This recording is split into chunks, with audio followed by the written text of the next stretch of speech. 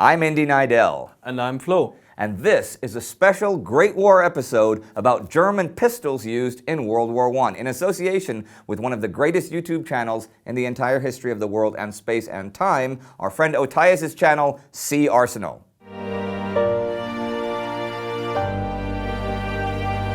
I guess let's get started with the pistols. Okay, all right. Take it away. This massive thing is the Reichsrevolver, and this is the 79 model. There would also be an 83 model, which is a little more compact, but still the same general action. So if we zoom in on it, this is a real throwback to the early cowboy days. This gun is single action only, which means if I pull this trigger, nothing happens, because you have to manually cock that hammer back for every single shot. The gun also has, weirdly enough, a safety, even though you still have to cock the hammer for every shot. So this safety prevents you from cocking the hammer.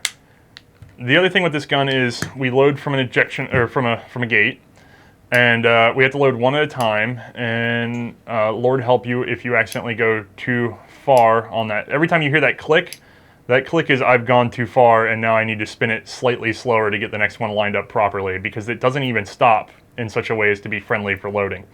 There's no ejection system on this, so you have to take a little metal stick rod that came on your holster, pull it out, and pop your casings out one by one while indexing. So not a speed loader either.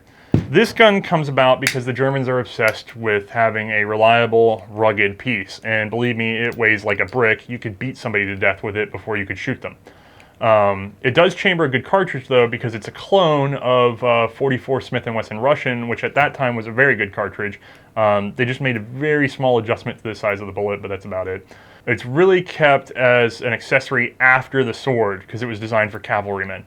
So you would use your sword before you would use this thing. But the reason we're mentioning it, even though you're, 1879, that's before anything else we've talked about so far. The reason we're mentioning is it wasn't replaced in service officially until the Luger 1908 comes out. It's just worth mentioning that something this old was still being carried around because they needed guns. I mean, in all directions they needed guns.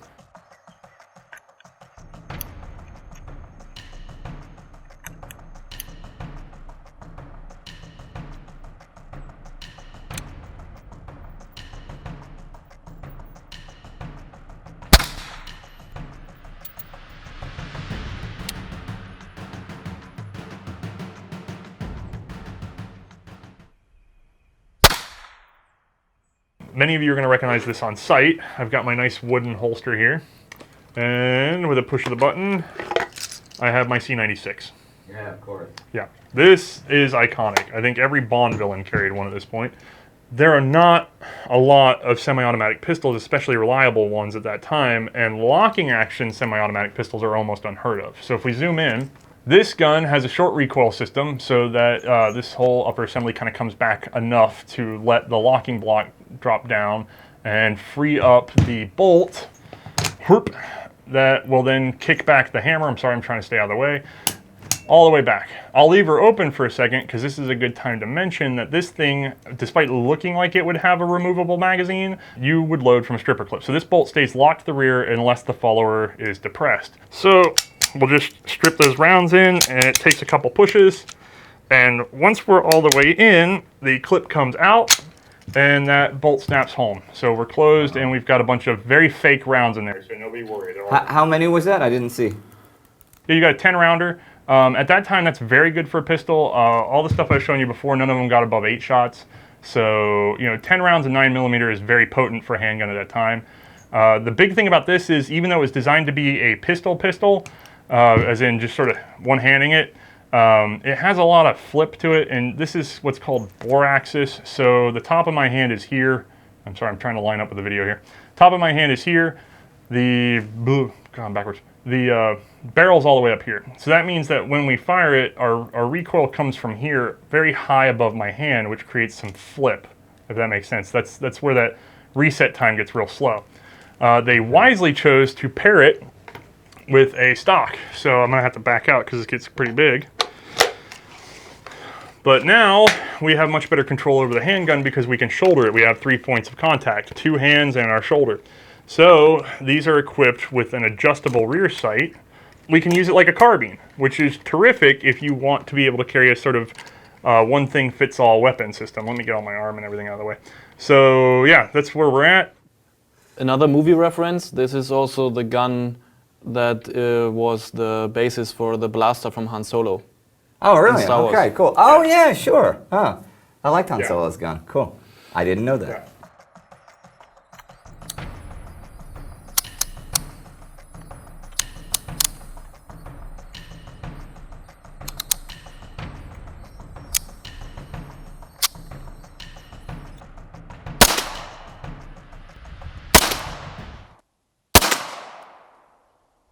So this should also be familiar to a lot of people. Here, we'll zoom in. This is a very unique handgun in that it uses a toggle lock. It's believed to be derived from the earlier Maxims. The way it works is just like you'd think of your knee. If you lock your leg straight and somebody tries to push on it, it's nice and rigid. If you bend your knee and somebody tries to push on it, it sort of collapses real easy. Same idea here. When she's in this state and we detonate our round in there, it stays nice and firm and locked until it gets pushed rearwards. So I'm gonna have to use my Hercules strength for a moment. See how we're pushing back on that? As we push back even further, good Lord, it starts riding on that rise. See the round bit riding on the slope at the top of the screen? That guy will eventually, with the force of a cartridge going off, be popped upwards. Okay, so he's going up. Once he's up, then all that pressure in there is free to push him all the way up to this position, and this happens in a fraction of a second. I'm just sort of trying to show everybody. And then there's a spring back here in the grip that is pulling down on the toggle. It wants to bring the toggle joint back to the base of the pistol. And so when it's free to go, and I can do that by letting the magazine out of the way and just letting her go, it gets yanked back down flat. Now that all happens, like I said, in a millisecond. I mean, that's instant. You can't even really see this thing rise in front of your vision. A lot of people say, oh, it gets in the way of the vision. You can't see that fast, trust me. It's not bothering you one bit. Very accurate, very easy to use, terrific, reliable pistol. They feed from a detachable box magazine, and this has a nice little loading helper right here. As these get a little stiffer, they get to be a pain to work with, but simple safety on the left side so that we can just sort of one hand on and off and not really change up our grip too much. Also, by the way, we finally get our handy dandy push button where people want it. So we push it up there. There's also some spring tension that keeps this guy seated so that we still have to positively grab it, which is why we have these dimples. But at least we have it up here where we can one-hand it like people expect. Now, how did these handguns handle, say, mud? As a pistol, the Luger probably didn't have the worst time. Again, you're a pistol, it's sealed action, so it's not firing in mud, and it's in a holster too, it's fairly well protected, so not a lot of problems with this one. However, it's not realistically going to be a problem with a pistol. You're not using this in the mud, you're carrying it around in a holster in the mud and then popping it out and shooting it. So, as far as I know, there were never any real big concerns about reliability for the Luger.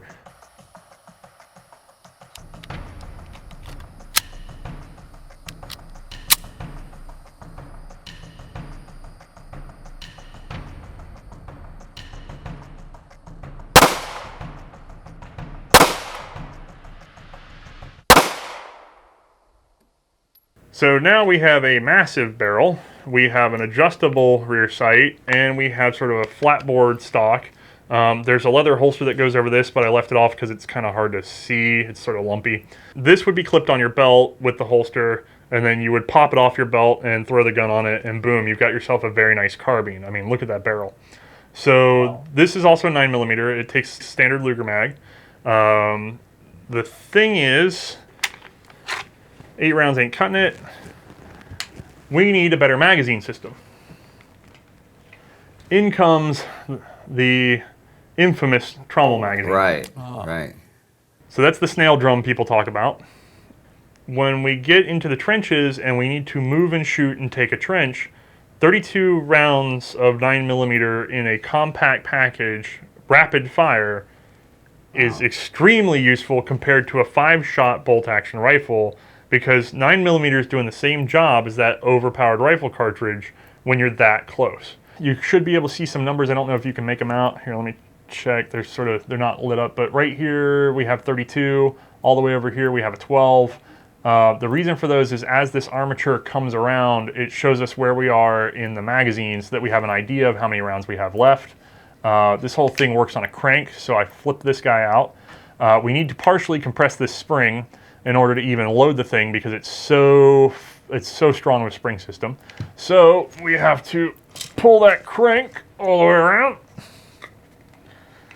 And believe me, it's stiff. Once we're here, we push in our button and let her forward to catch that little keyhole, and she's locked in. Now we can turn our attention to the other end. We grab up our handy loading tool, which are also hard to come by, so we're lucky to borrow this. It has a push button on the other side that I'm going to hit in order to mount it, just as if I were attaching it to a gun realistically. It's that same position that we're hitting. And so now we have a nice little water pump. So what we can do is we can take single rounds of 9mm and put them in, lock them down, put them in, lock them down, put them in, lock them down. We do that 32 times. And then we can release this guy. We load them up, and we have a beautiful World War I trench storming system.